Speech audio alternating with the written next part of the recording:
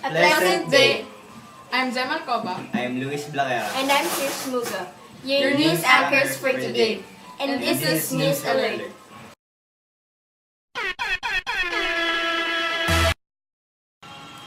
For today's headlines, darkness enveloped Asia during total eclipse.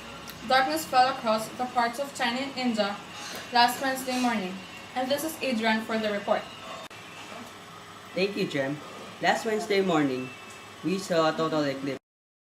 Astronomers predicted that the eclipse lasted more than 6 minutes. Last Wednesday event was the longest solar eclipse since the 21st century. Parts of the Pacific Ocean, China, India, were able to get the full view of the eclipse. Back to you, Jem. Thank you, Adrian, for that report. Sure that everyone was excited about the solar eclipse that we saw last time, like Charles Fulco, an astronomy teacher. And this is Kerwin for the report. Kerwin?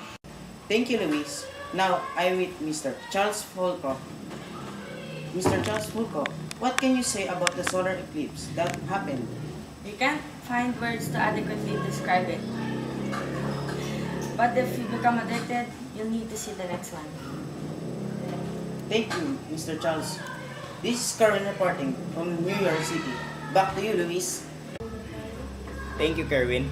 I strongly agree for what Mr. Charles said.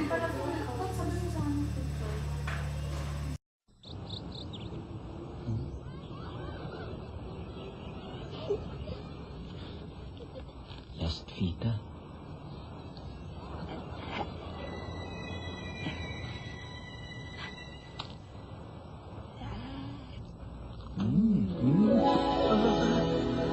Dahil sa usilak ang inyong puso, isang kahilingan.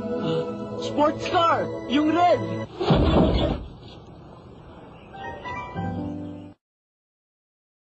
On the other hand, Arroyo flew to the US to meet with Obama. PGMA departed past noon Wednesday for a week-long trip to the US in what Senator Rodolfo Biazon suspects to be a grilling by US President Barack Obama. And here is Sofia to give the report. In a brief departure speech at the Ninoy Aquino International Airport, NAIA, in Pasay City, Mrs. Arroyo said she and Obama will be taking about a wide range of issues, including climate change and the global economic recession. President Arroyo said she would also personally express her appreciation to the U.S. President for approving the long-overdue benefit for Filipino World War II veterans. After visiting Obama, Mrs. Arroyo will proceed to New York, Chicago, and Guam. She will be meeting with various U.S. officials, prospective investors, and members of the Filipino community in the U.S. This is Sofia reporting. Back to you, Jem. Thank you, Sofia. I wish they had a nice and good conversation there. JR, kinakausap mo lamang ako kung kailangan mo ng tulong sa computer. Hindi na ikaw ang paborito kong apo at iti-Twitter ko yan. Nag-upload ako ng picture. Install agad. $8.99 a month lang. Bayan DSL. Ang dali.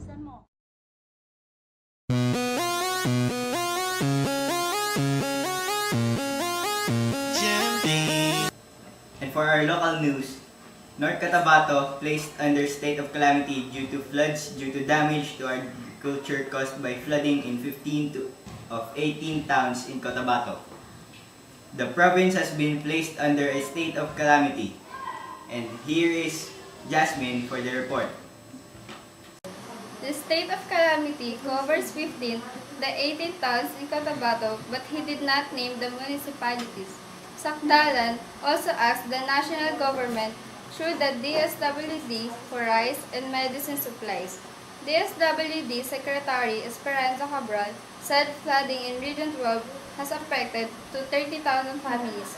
A report from the National Disaster Coordinating Council of 6 p.m. Monday indicated that 31,955 families, or 159,775 people, in 43 villages in Maguindanao and Cotabato were affected.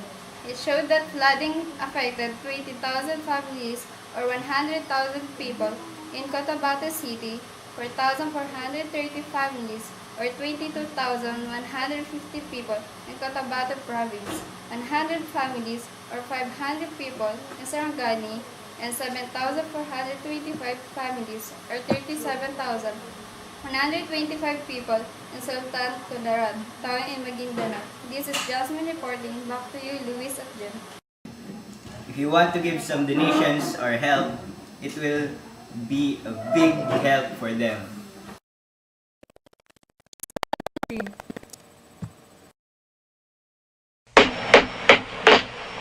Eto ang beat, sabay-sabay. Eto ang beat, bawal sablay. Pabilis ng pabilis, wag magmimis, wag magmimis. Gets mo na ang Coca-Cola. Nalilito, nalilito, nahihilo, nahihilo.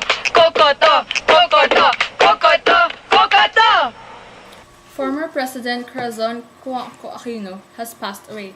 She was 76. Her son, Benigno Nonoy Aquino III, confirmed that she died of cardiorespiratory arrest at exactly 3:18 a.m. Saturday at the Makati Medical Center. Mrs. Aquino has been diagnosed with colon cancer early in 2008 and has been confined at the Makati Medical Center for more than a month.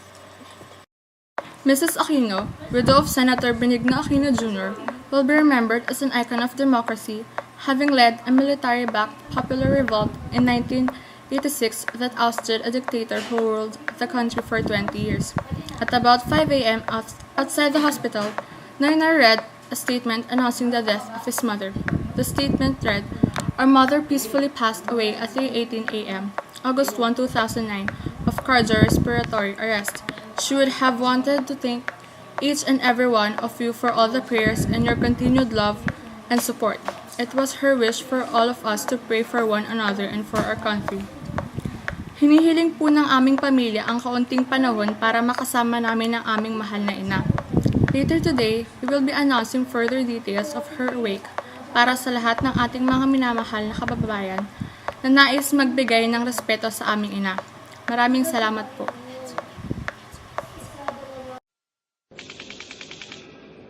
Yung sniper.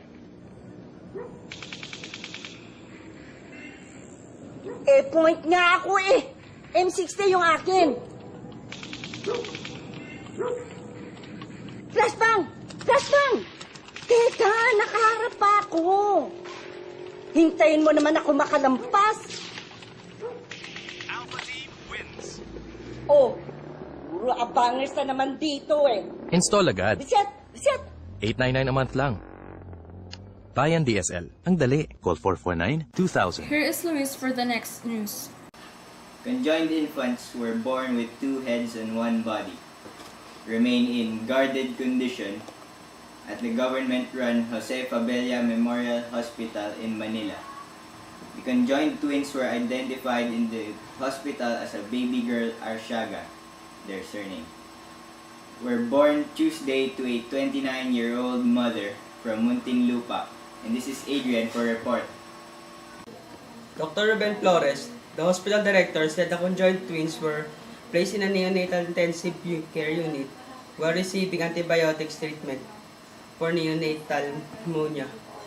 He said that he couldn't recall any previous case anywhere in the country of conjoined twins with 2 heads and only 1 body.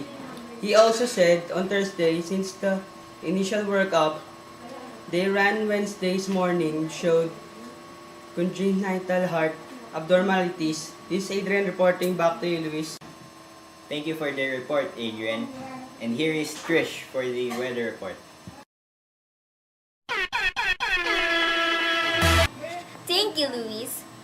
2 weather disturbances have been monitored inside the country, including Tropical Depression Isang, which has maintained its strength as it continued to move northwestward.